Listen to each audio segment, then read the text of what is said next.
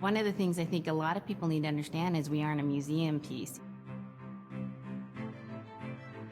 The Iñupiat people are a living people and a living culture. Even though we're in northern Alaska, which covers this vast area from Nome all the way over the Canadian border, is that there is this extreme value of interconnectedness and interdependence.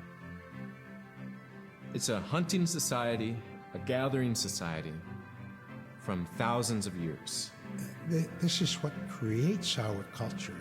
That special relationship between humans and the natural world and the animals, and that it teaches you how to have a society that doesn't do too much harm to the world. Love and respect for nature, for one another, for our elders. Very, very fundamental value, key to life.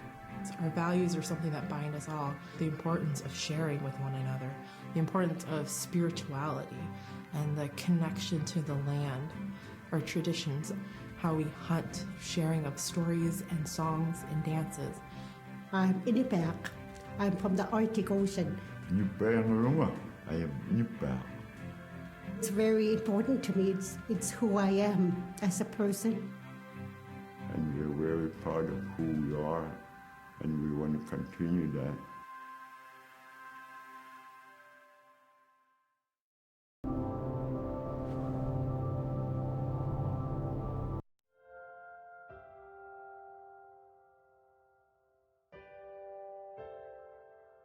It'd be busy, busy, busy all through the day.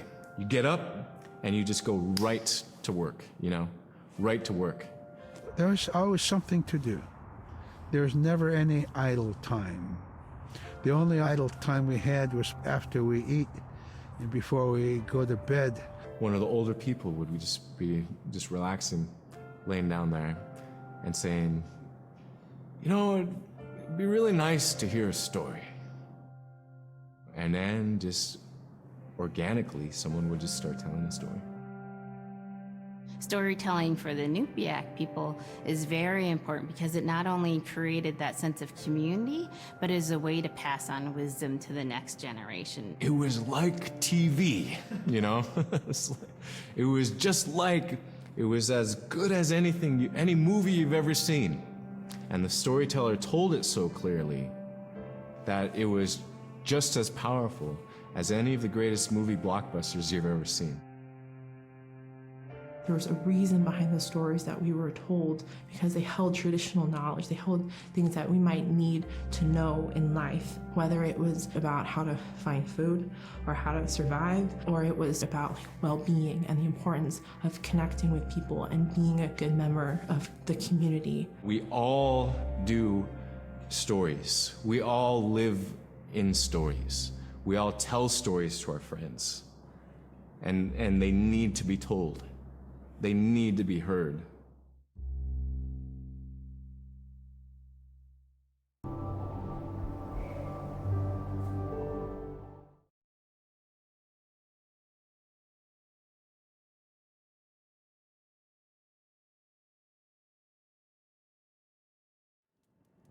Unipkaaqutiarsiikpin. Taalaqanilaqannasuk unipkaaqtuaq qaawiuraqama. Niveaqsiaqarualuguuq iñuuniaqaniqsuq angayoqaagamani. Sumiteemma. Niveaqsiaqarualuqamuniallatuneqsaq. Aasiisuraqallavluni supayaanik.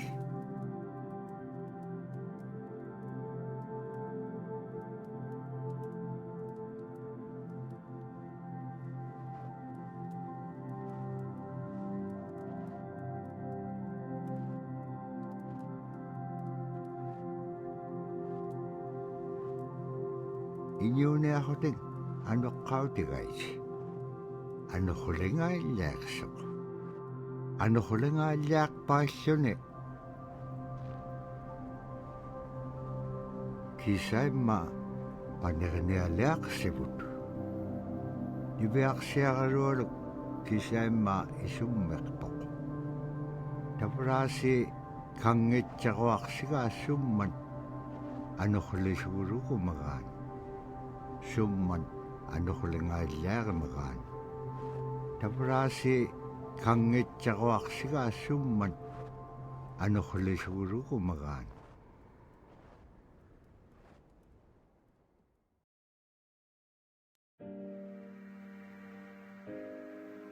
So scrimshaw is this really beautiful method of art that's done either on baleen or ivory, and traditionally it was used to tell stories. Each etching is telling a story of some event. Caribou hunting was taking place. This is what was going on. War began around this time, and so it sort of gives you a timeline of history through etching. An elder or the person who carved it would literally be able to read the scrimshaw story. They're like reading a book, in a way. A lot of the storytelling traditions would be things that after the storytelling was done, we'd just rely on the next person telling it. And so scrimshaw is a very important way for Alaskan Native people to record their history.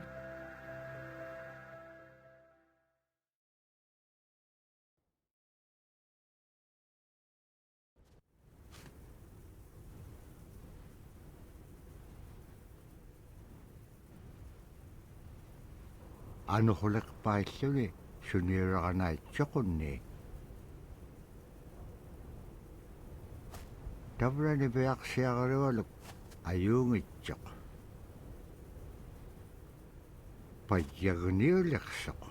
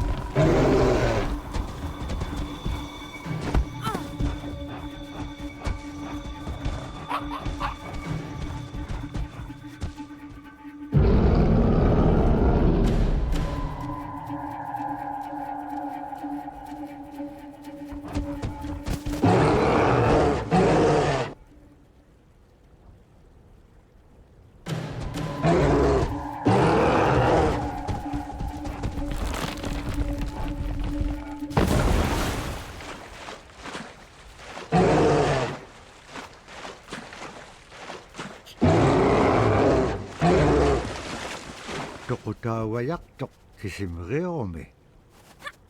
Arraannapqangapiaqtoq.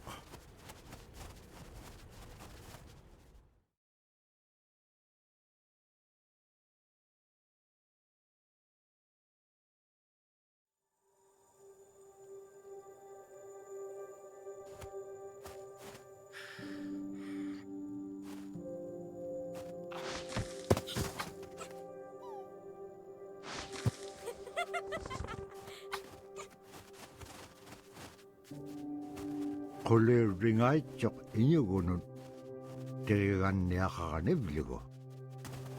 Teriganniaqtaamna allatun ingitsoq.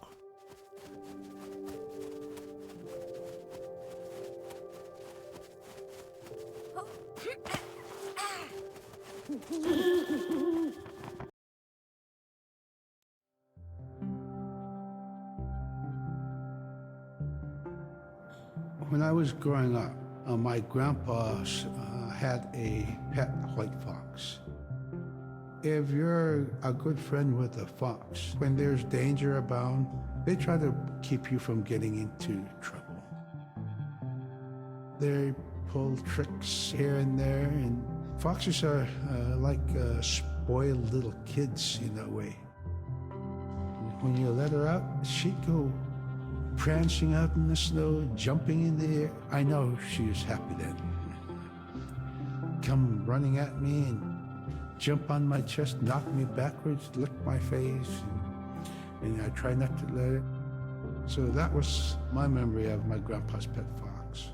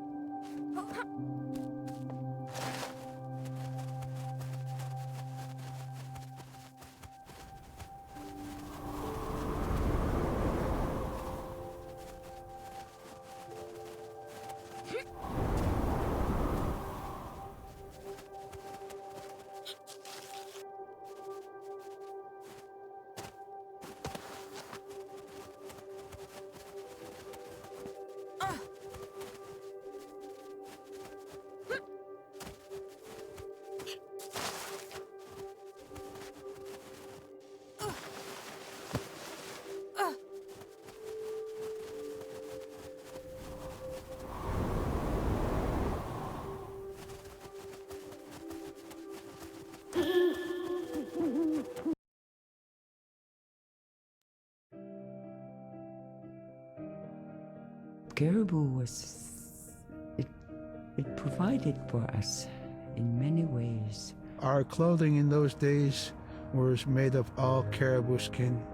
I grew up wearing caribou pants, mittens, caribou skin mattress, blankets.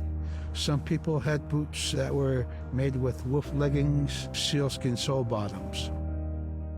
Baleen was shaved to make insoles. They kept us quite dry and warm as well.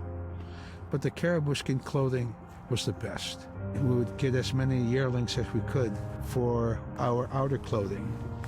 And for a heavy winter, we would get caribou in February or March because the hair was the longest and the skin was the thickest, and we would use those for our winter gear.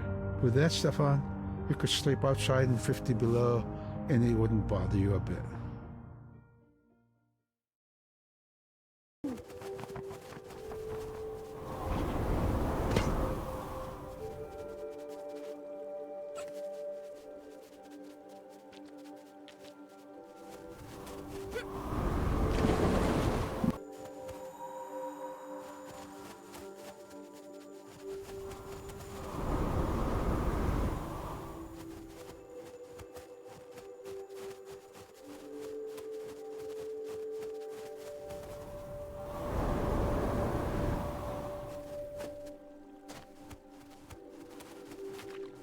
Niveaksiagaluk kangersingalok supayag ikayok tikakane bilugit.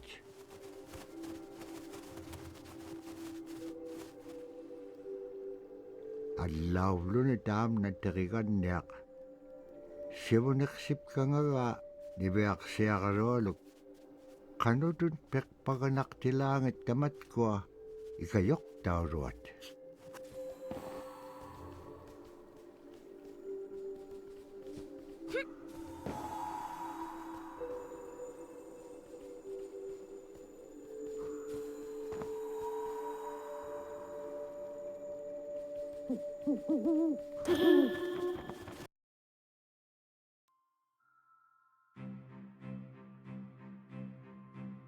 Sila is the weather. It also means the atmosphere. Here's the nuna, or the land. And it's anything from the land into the moon, the sun, the stars. That's Sila. It's a very spiritual, and we have a relationship with Sila. Sila has a soul in the same way we do as people, in the same way animals do.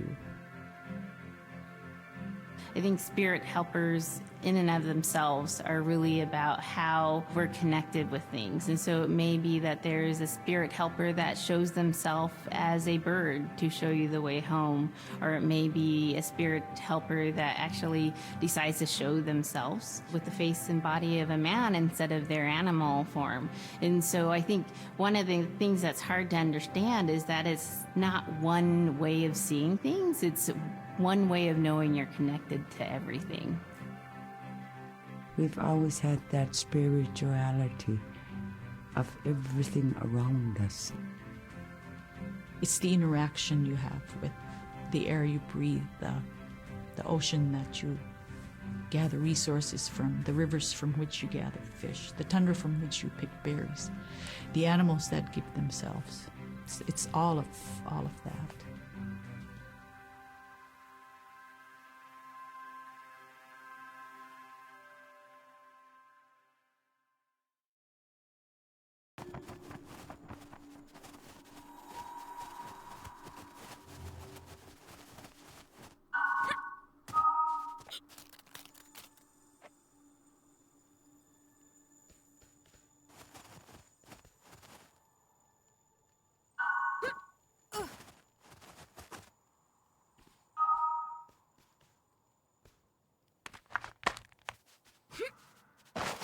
Niveaksiaqalualugu teriganniaqalu ikayuutipiaqtuk.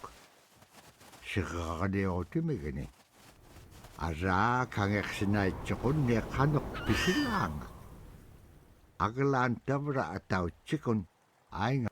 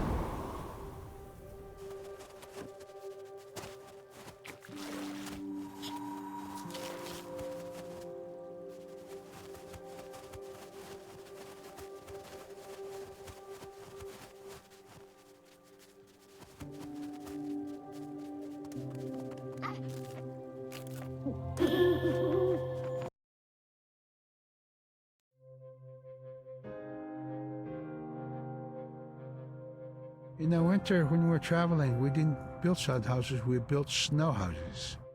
In Canada, they call them igloo, but here in Alaska, we call them apuyak.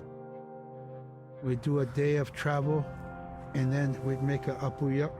The next day, my father would set traps, spend the day there, rest the dogs, give them something to eat, and then the following day, we continued to the next place. We'd go to my dad's sister, who had a house at Dubarg. They had a small sod house over there. We didn't have to do anything. We just visit with them, and my dad and my sister were glad to see each other, and they'd talk away while us kids played outside or go to sleep. By the time we get back to our home, my father would leave us with our aunt or with my grandmother, and then he'd start on his trips and go check his trap line. We were not into 8 to 5 kind of time, you know. We're in a total different kind. We're in ecological time.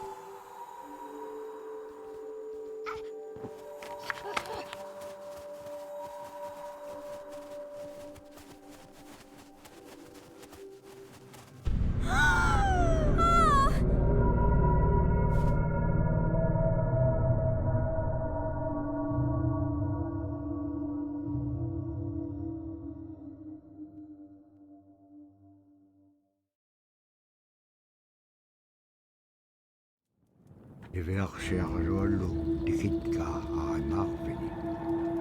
Agalaan maluunaqsingamalaq. Inñoquluk tikinngamaluq iviaksiaqaruallu piingaan. Ivaqalaqsimaluq sumittaimma. Nikatjakkumañainniqsuq paqitqaangaarnagu ivaqtani. Nunaaqqiq ikiwaqtuaqaniqsuq iñungi toquttaqtaaganiqsit.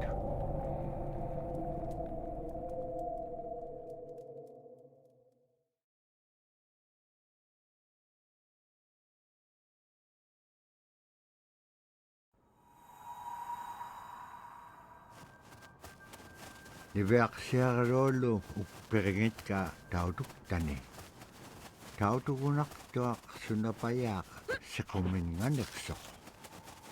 Niveaqsiaqaruallum iñuliaqatingi pisaullaganiqsut. Qanuqimña anuquliqpallqingam tainnaqumiñaitqa. Tamaanga ikumauaqtuamin qaqraaqpam iñua niptaqtoq. Sumaalagullaqami niveaqsiaqarullum iittingingani. Agalaan qaqraaqpallqingat sagabingaitchut. Immiñaurat sagabeqimiut tasamanga nunamin.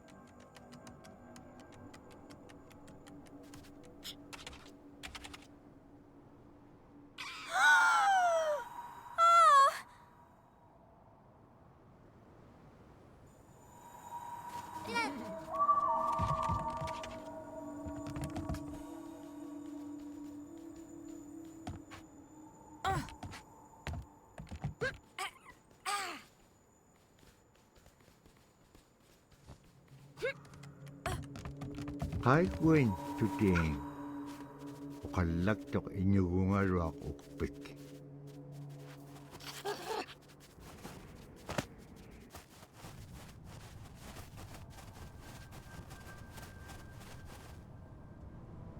Qanuquma ilisimaneqpaqa isumullaktoq niveaqsiaqarualuk. Qanuqkiitapura qaunugingagikpen qillautika piigupku ikayoquniaqalluarikpin kimun tainna nunaaqqiq sabaaqitilaanga.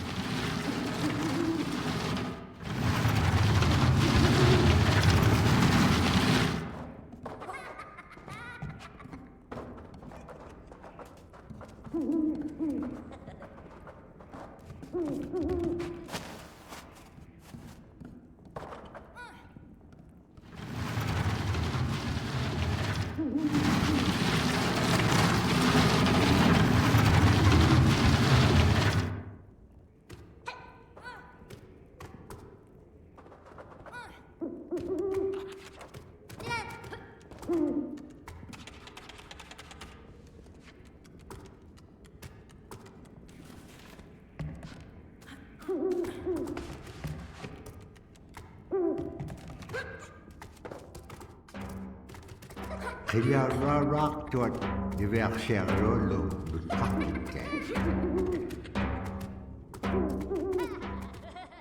Asi ane pikir suna iduk tu seguru magan.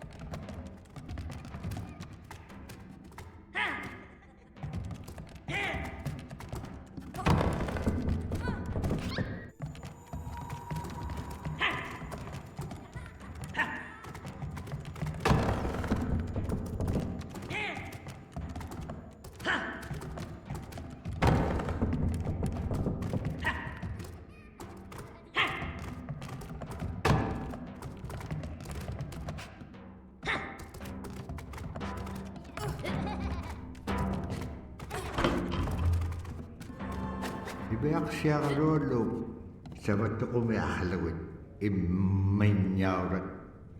Bakit ka upiyong kayaw dinga?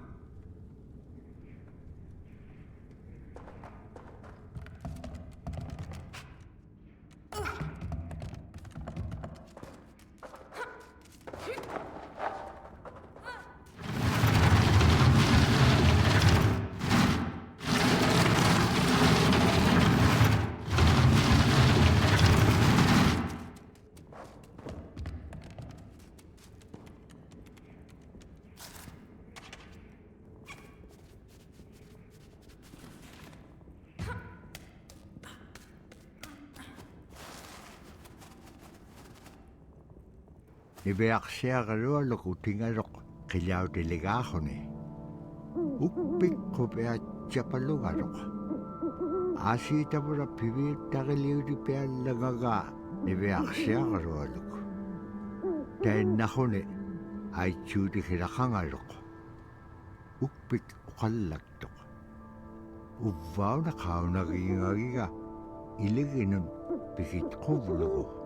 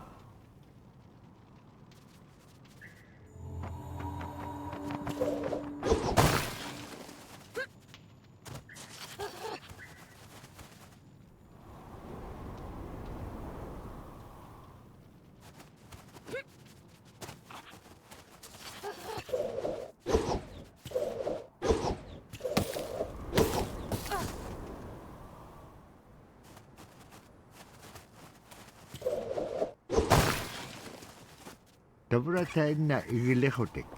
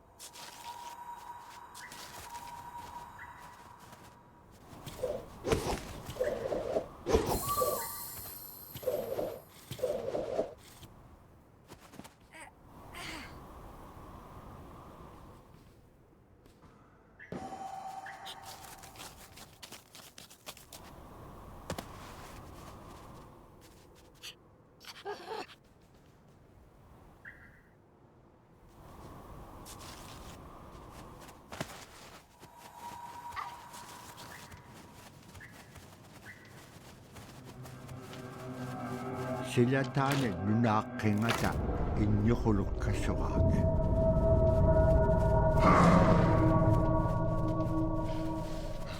Inñuquluum tautukamiung nutqaqqugaa. Agalaanniviaqsiaqalualuk saperinaqsimaluk.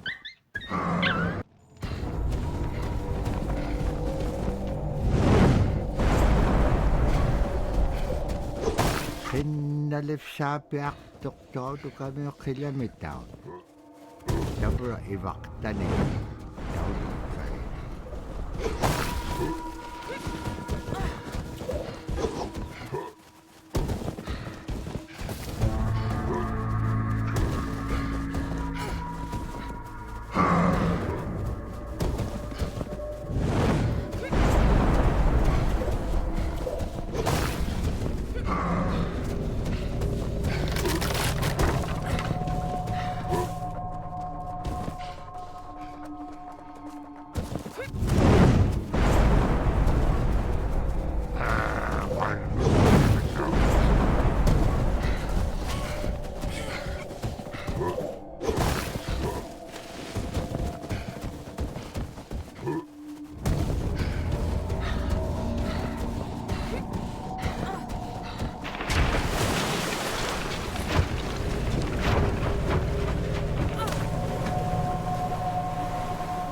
Annapqaallikkaluaqtuk agalaan igilauningak siqqaqanaqsisiinñaqtuq.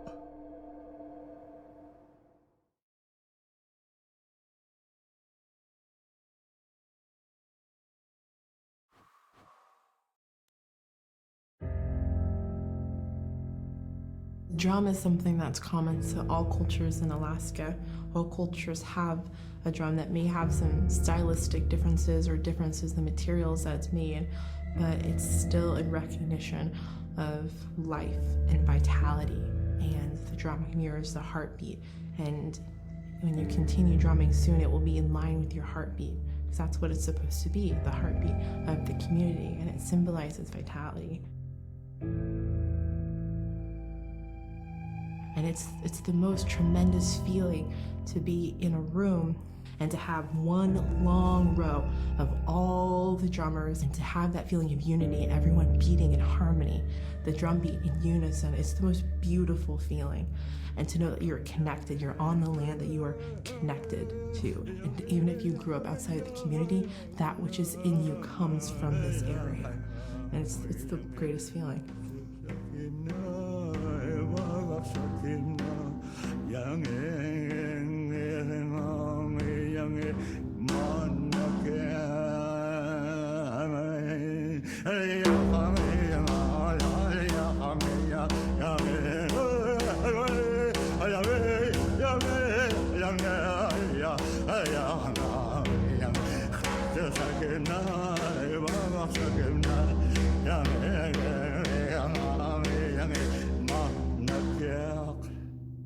Man, I went at it and look what happens.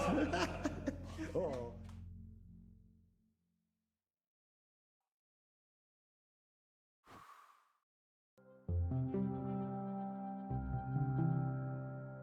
They're just like other people. They just happen to be very small and extremely strong. These are stories that are common throughout Alaska. It's normally that people are size from your elbow to the tips of your fingers, and they possess superhuman strength. So they may be tiny, but they can carry a whole caribou. And if you go up north and you talk to a number of the people in the community, they'll talk about having seen the little people. There's a place at home that we know, but we don't profess it to anybody. But it's not like the boogeyman. They can be mischievous, they can be ornery, or they can be helpers. And every now and then, we might have the opportunity to see them, especially if they want us to see them. The fact that it's across Alaska really tells you something about our history and how we interacted with nature around us.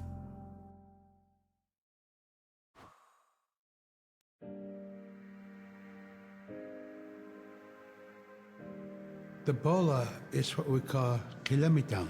And the kilamitang is made out of braided sinew tied on to some heavy bone which you could twirl. In my case, we're catching ducks. When we're out whaling, sometimes the ducks start flying. And they're good for duck hunting. If you're a whaling crew, you can't make too much noise. So you can't use a shotgun for getting some duck soup handy, So bola was a really handy weapon to use for catching ducks. The ducks fly in, you throw it up and tangles up the bird, and down they go.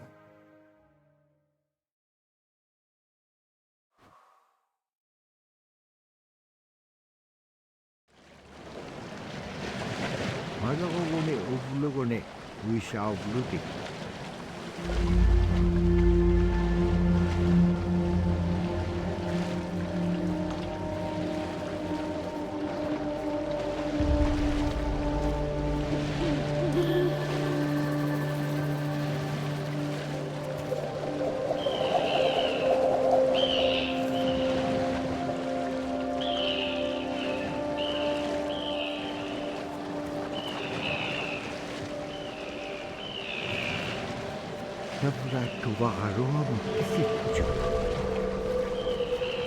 Pagkalan trawit pagabit.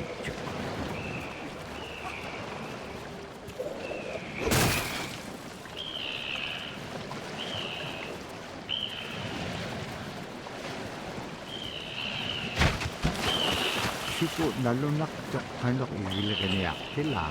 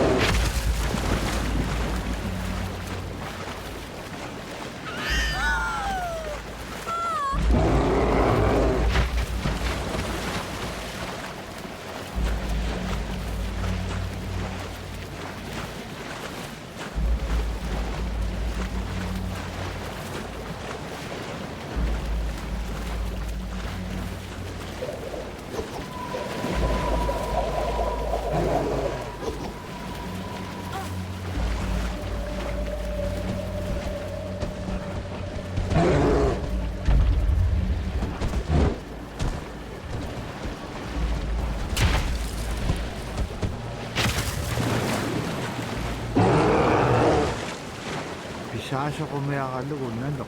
Ano nagkupit? Inetitaka video. Kakame nanok. Lipat jalay.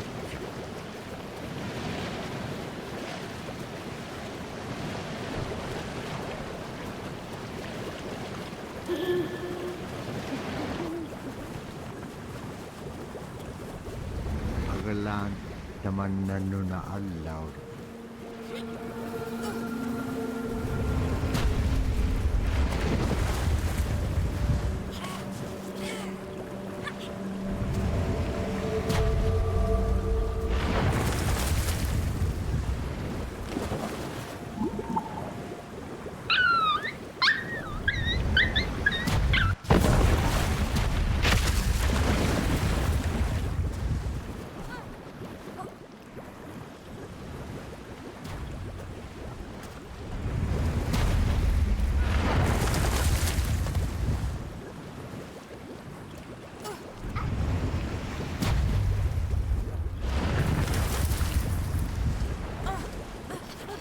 Talanikso kalugyak.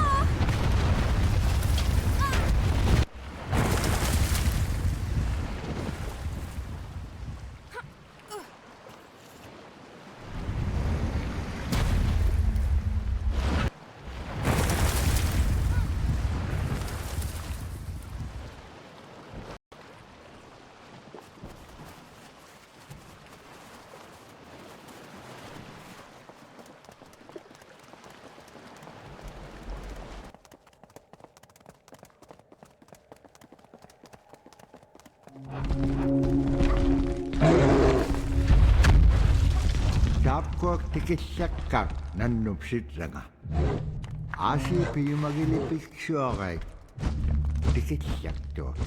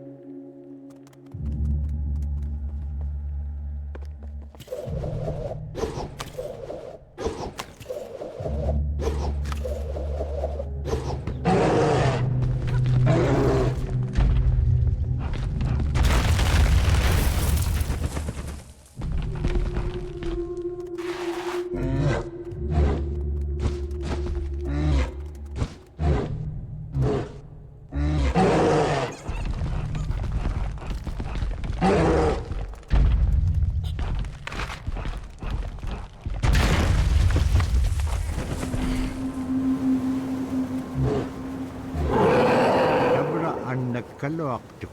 Agalan ilit chokiruk.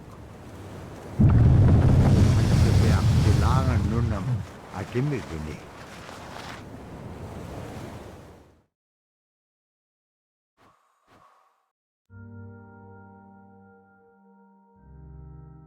The scariest I've ever been, I was 12 years old. We floated out on a piece of ice while we were duck hunting. It was a bluebird day, just clear blue skies. And there was 3 of us, myself, my brother, and my dad. Next thing you know, we see this dark shadow on the ice. We look and it goes behind us. So we all jumped up, startled, and my dad, he started running. We got back to the ridge there. The ice had fractured, cracked, and broke off, and we were floating away. We were drifting. It was close enough to where my dad would have made it. He stopped and he thought about throwing us across, and if one of us was on the other side, we would be split up. So he stopped, and he just so happened to have a cell phone on him. 911 didn't pick up. That's the worst feeling in the world right there. 911 did not pick up. So he left a message because they record their calls. Once he had relayed that information, his cell phone died. That was the scariest moment I've ever had in my life. We were floating away and I thought we were left for dead. He kept calm during this situation. He's bringing out everything positive in this case. You know, I'm crying, my brother's freaking out. It went from clear blue to dense fog. Within a couple hours, we heard the chopper flying around, so they must have gotten our message. We thought we were saved, and then the chopper sound went away. So we lit some of the sled on fire. It's plastic. We thought black smoke in the fog would create some kind of marker. Chopper pilot had mentioned when we got rescued, you could see a glow in the fog, and he slowed down there, and sure enough, as soon as he slowed down, we got within visual. That was definitely the scariest moment of my life, was floating away and not knowing what the outcome was going to be.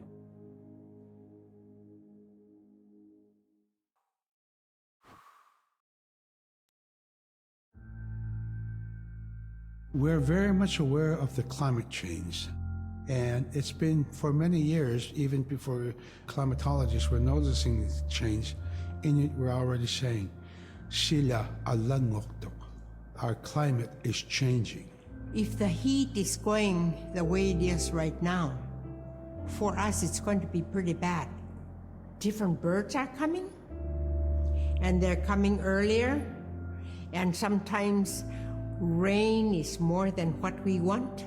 Because when there's more rain, we know it's going to melt the permafrost.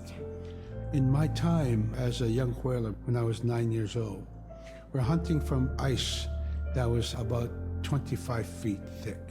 And there was giant icebergs already floating, coming by. That was the first signs of a changing climate.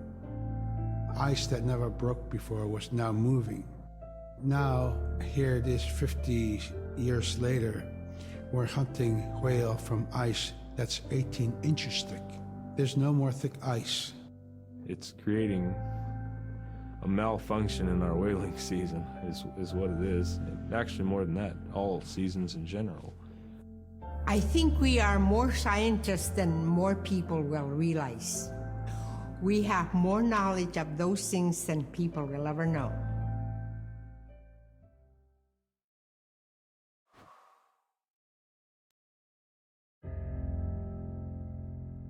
My brother was out seal hunting. He got attacked from behind and managed to grab his knife and save himself. When he came to realize, oh no, it's a mother. We've always known traditionally that we avoid killing a mother. It's always been sacred to us to protect them. He had to present himself to the council, and so he was given the job to mother the baby, and we kept it. It got so big, it went over the barricade one day and got to the dog food, And that was an indication that, brother better go teach it how to survive on its own. So he did. I really got attached to the bear because I more or less grew up with it. And some days when brother took him walking, once in a great while he'd put me on the bear and I would ride on it like a horse. I was just happiest little girl in the world.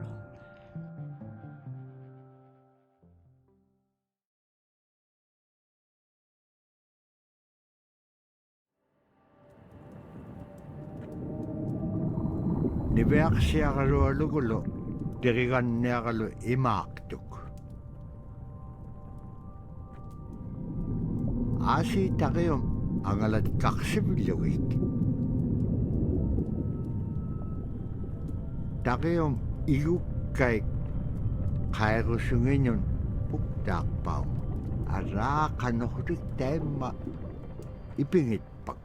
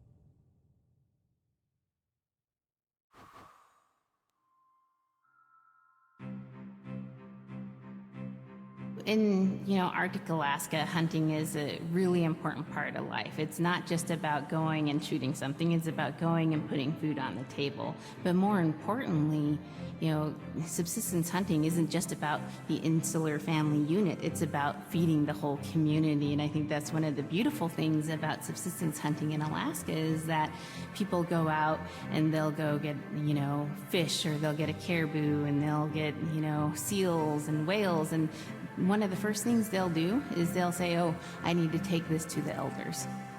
This isn't just about one individual surviving or one family surviving, it's about the whole community. We didn't just go out and kill and put in a freezer. It's like a ritual that I learned from my parents. It's all about relationship. I don't know. I think there's a lot of camaraderie involved, and just being out on the land or being out on the ocean. It's like getting back in tune. I'd rather be out there. To me, once I go out there, it's the world that I learn from.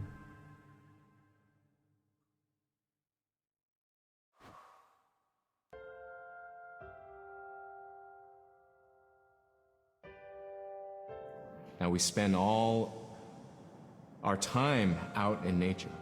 You get very intimate with the world. And over time, if you're living that life, you start to sense that everything has a spirit. There's a consciousness in everything. Everything is alive. If everything is alive, then we want to respect it. And if we're going to use it, we want to use it respectfully. What I try to tell my nephews and nieces, you love to hunt, you have to take care of the animals that you catch, preparing the food and eating the food that you catch. Water provides you. The ice brings you life. It provides all those things that you need to be a part of your life. That was something I grew up with. I grew up respecting the animals. I grew up respecting the land. And that, to me, that is why we as Iñupiat, as an Iñupiat culture, as an Iñupiat people, is why we're so successful.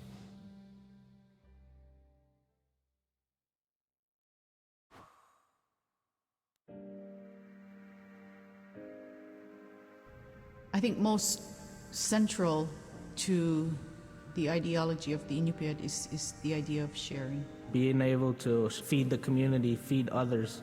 That's why we hunt. In the old days, that's what you needed to survive. The sharing is important because it's how the community survives together collectively. We just give. That's how I grew up. That's the way I'm always going to be. Because of who we are, we always think about other people first. If our people didn't share in the old days, we wouldn't have survived in this harsh, climate, environment.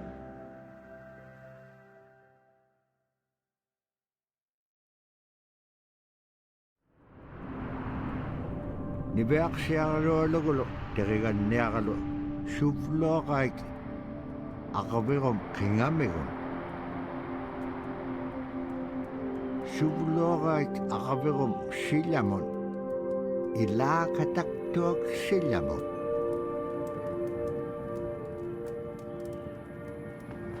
tipine kaik sanganot nunaken.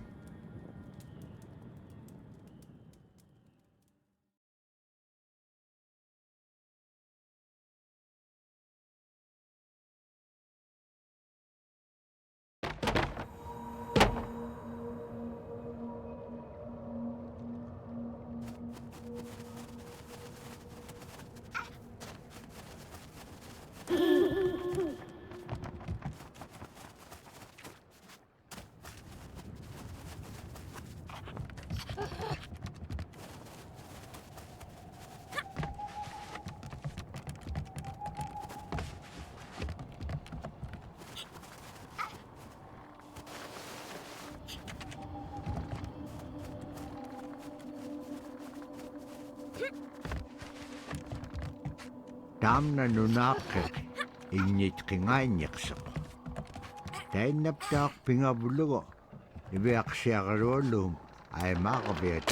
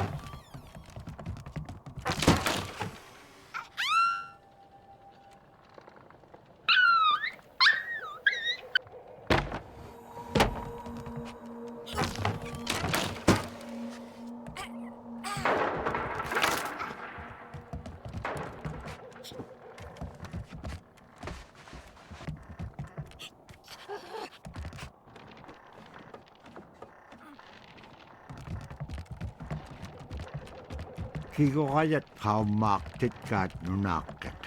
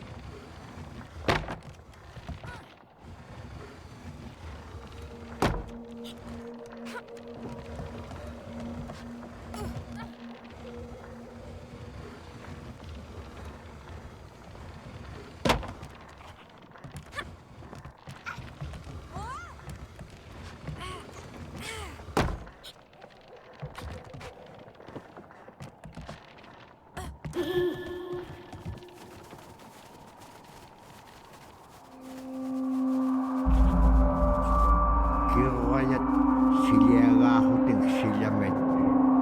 Ibahalaksut nalakanilay tyonik. Tuktanan.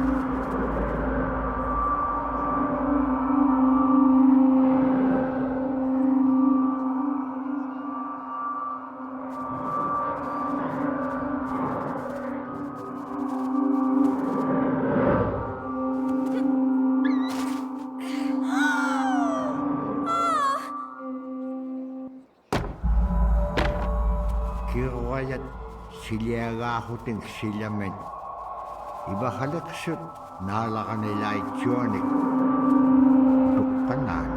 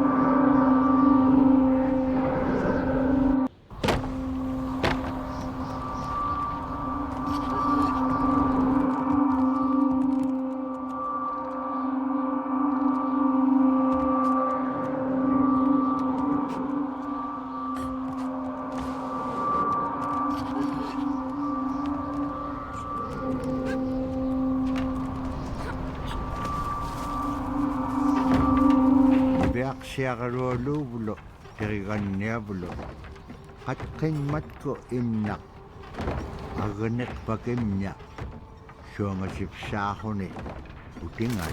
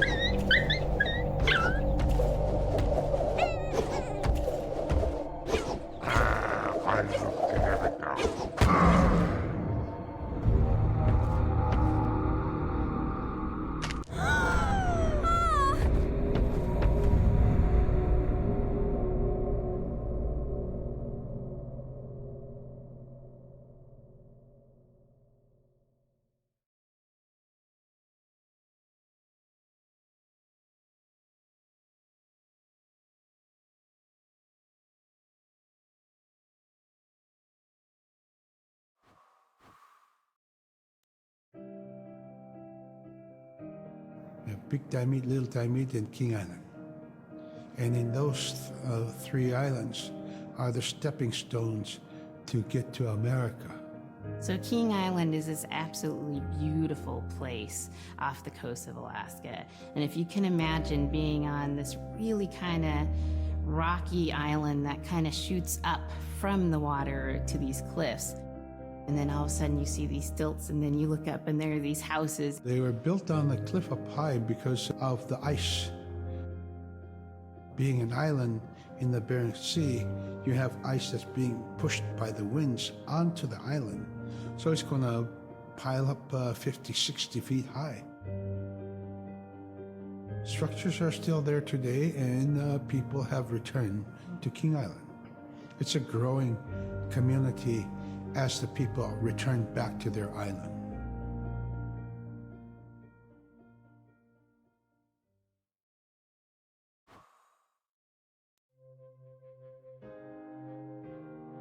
When I was young, my mom, whenever the Northern Lights came out, she just whistle.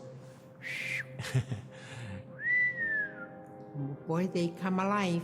Just keep whistling and that aurora will just like, you can almost hear it. And then she explained to me a little bit later that those are children, and children who've passed away when they were children. You don't want to draw them in too much, is what she said, because then they could play football with your head, play Eskimo football, and that's what they want to do. They're always playing, those children up there. Don't play out without your hood on. If you don't have your hood on, the aurora person is going to come down and chop your head off and play ball with your head. It wasn't like they were trying to do bad, or it was like a scary story or anything like that. It was just, that's how it was. That's what it was.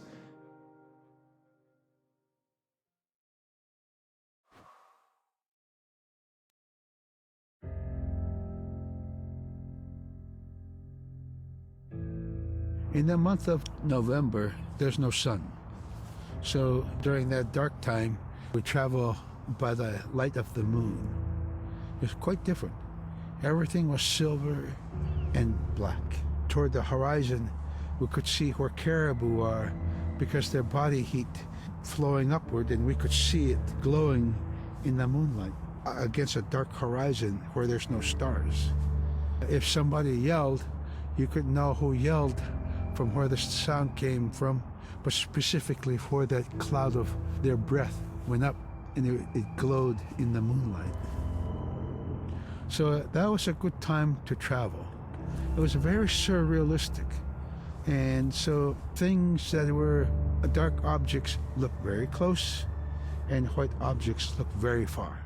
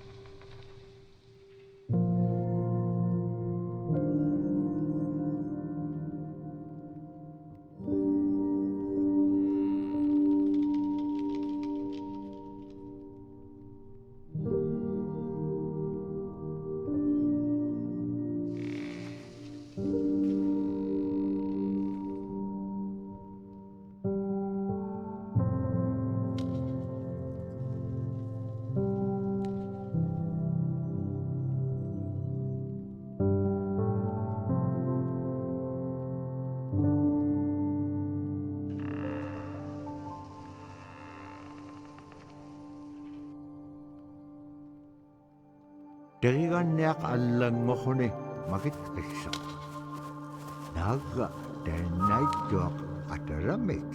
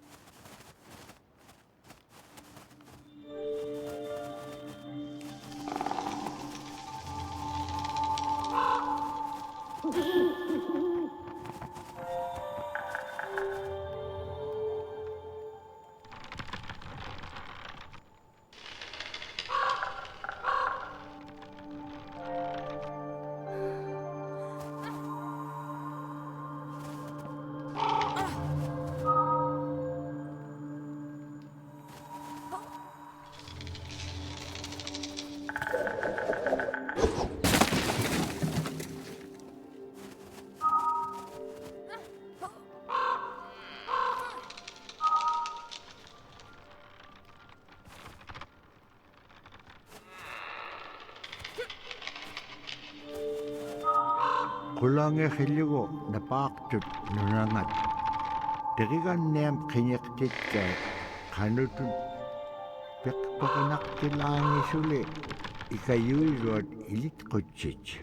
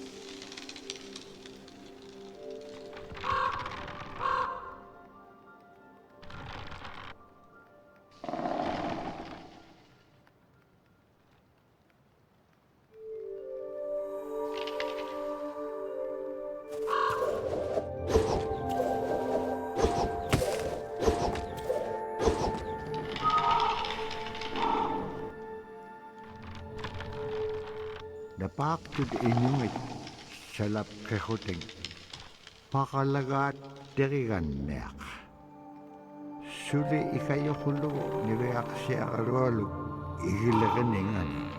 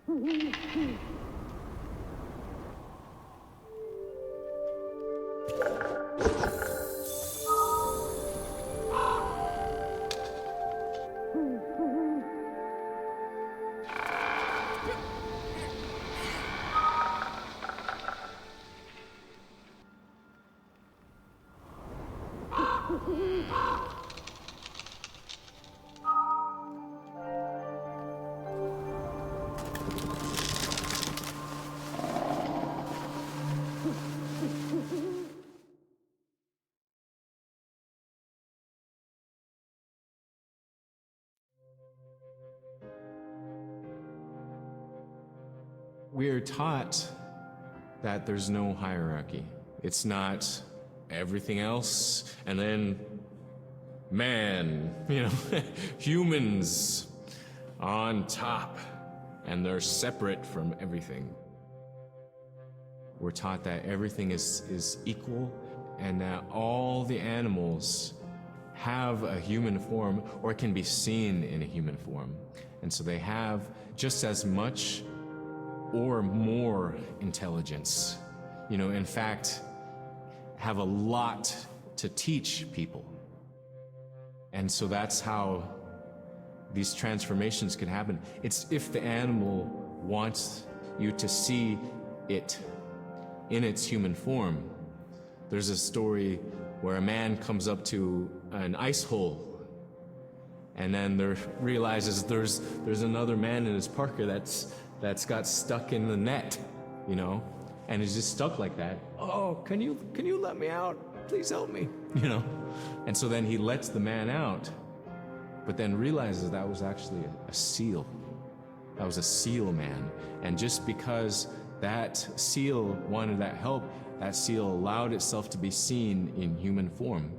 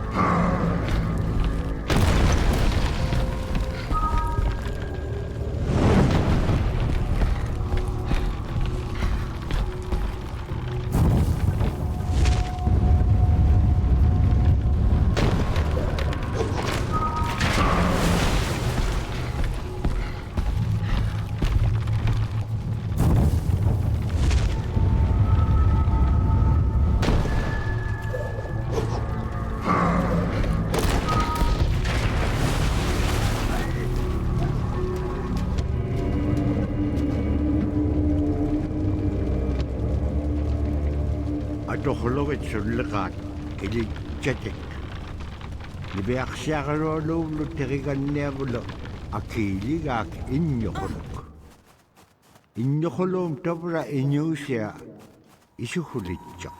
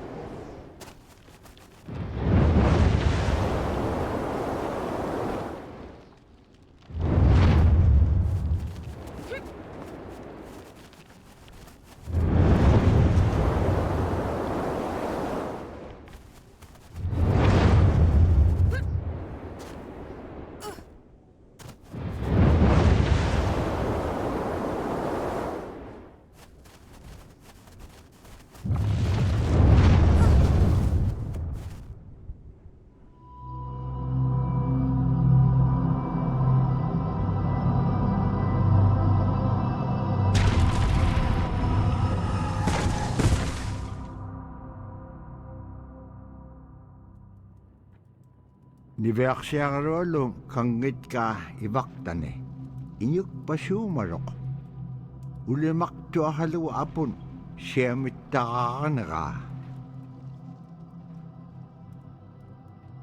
aasi pihirunnik sillamun siammayaaqtillugu siammayaaqtinmaung apun anuqimakkuaqariga aasi aganiroqtillugu tungaanun niveaqsiaqaluallum aimaaqavianun tavura kangitkaasumman aganiroruutilaanga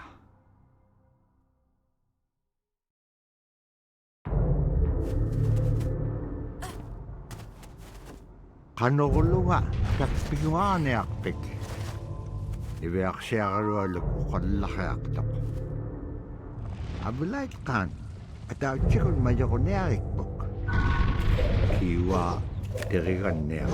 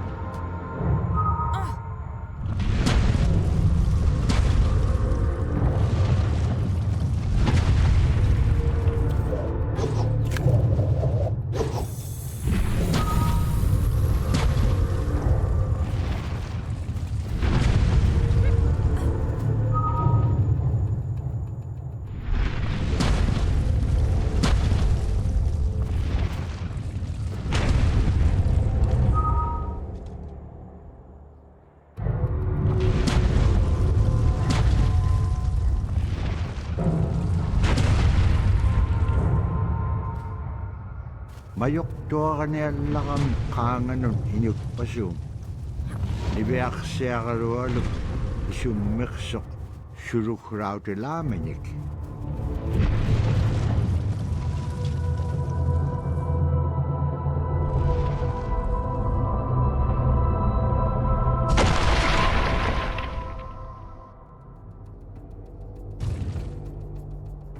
Igilik kuminako kaya ulimaw ta. Isumarok. Nalunay chok. Aganak pangarasil.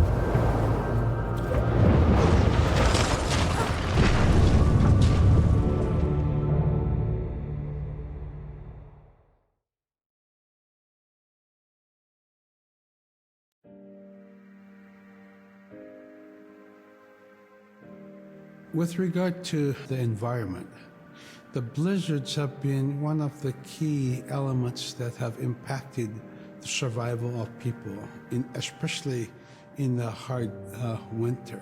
We know a blizzard is coming when the moon is starting to get fuzzy. We also look at the stars. When the stars are twinkling fast, we know a storm is approaching. We look to the clouds in the sky to give us a direction the storm is coming from. We learn these as children by observing weather on a daily basis.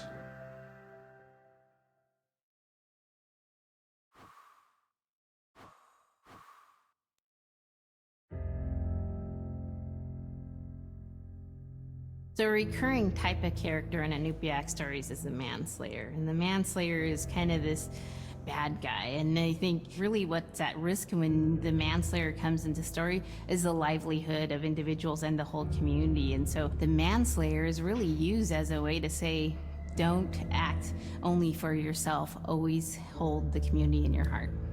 Oftentimes in these stories, there is one person that will stand up. And what this humble person will represent, who faces that manslayer, is a return to order, a return to true living in the community. And it just takes that one person. It could just be that one person that can help to change everything. Because everyone wants to live a good life. Everyone wants to have a good community.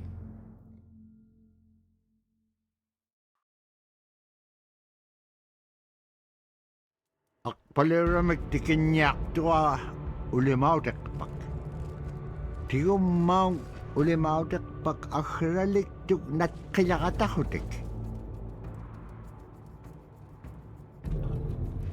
Inyuk pasum malikatalo ka angulait ka o kilablo ni.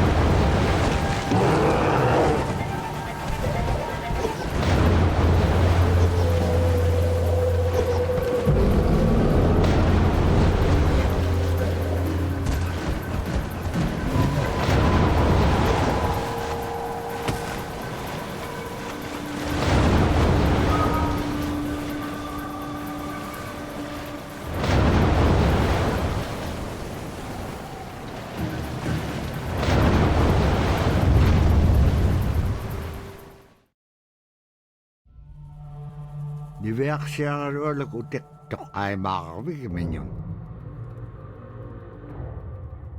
Agalan inyuk pasyo malakiro ka.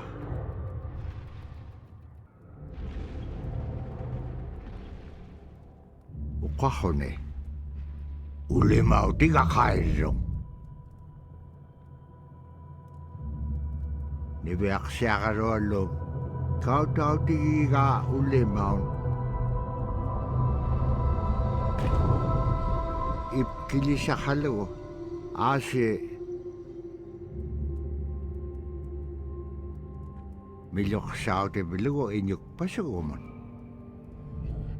Kovea cak paisyon inyuk pasuk ilak tok kahone atu raksirok. Kunuuksaayuka ulimau tiga kailiga ula kulianga ani yubi isiga Kisima Iñupiat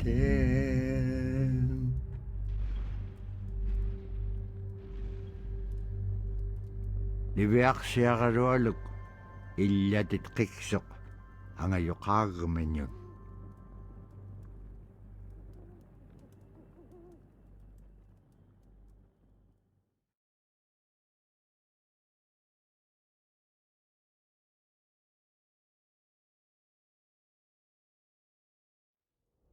Terigan niyam nukat piam ukadlaw tiga niveak siya karolog. Ilanin inyo niya kalo ako bit. Aw lang agalo ako bit. Ay suli ko bit. Itkaksa kaging ma.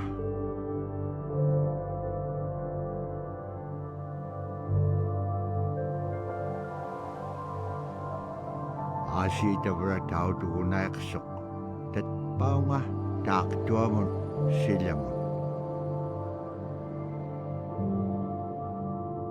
Dabraten na nasum unep kakamang tusangariga.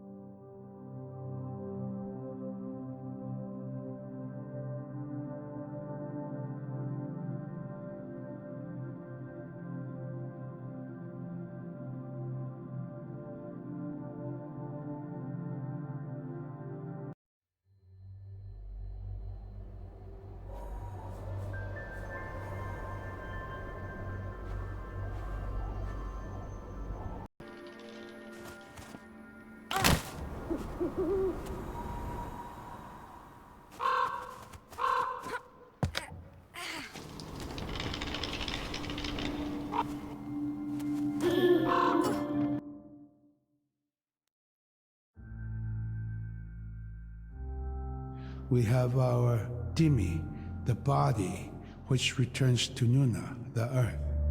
And we have Atik, who is our name that has been passed down to us over the generations. The spirit of our Atik lives on so long as man remembers that name. It would be hard to describe what happens after death. The feeling is that when our Anik returns to Sila, then that may be reborn if the name is passed on to a new child who can then retain some of the memories of the original name. And so it's not uncommon for grown-ups or adults to meet a child who has the same name maybe as their grandmother and say, "Hi, Aka," which means grandma, "Hi, Appa," or "Hi, little mom," or "Hi, little dad," because it's the traditional belief that the soul, is continuing on. Humans are renewed and replenished over time. Just like our plants. Every year, flowers are born and bloom and they die. Next year, they are born again.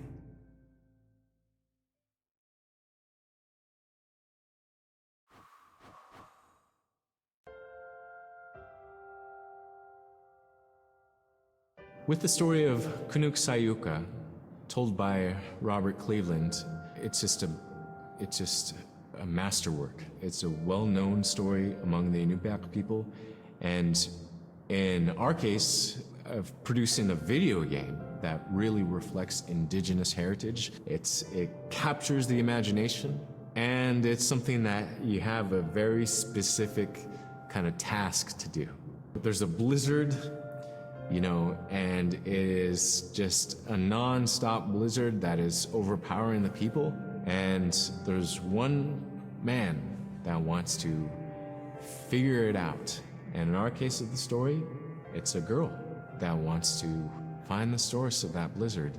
The blizzard man, it's like that is the physical embodiment of an element of nature.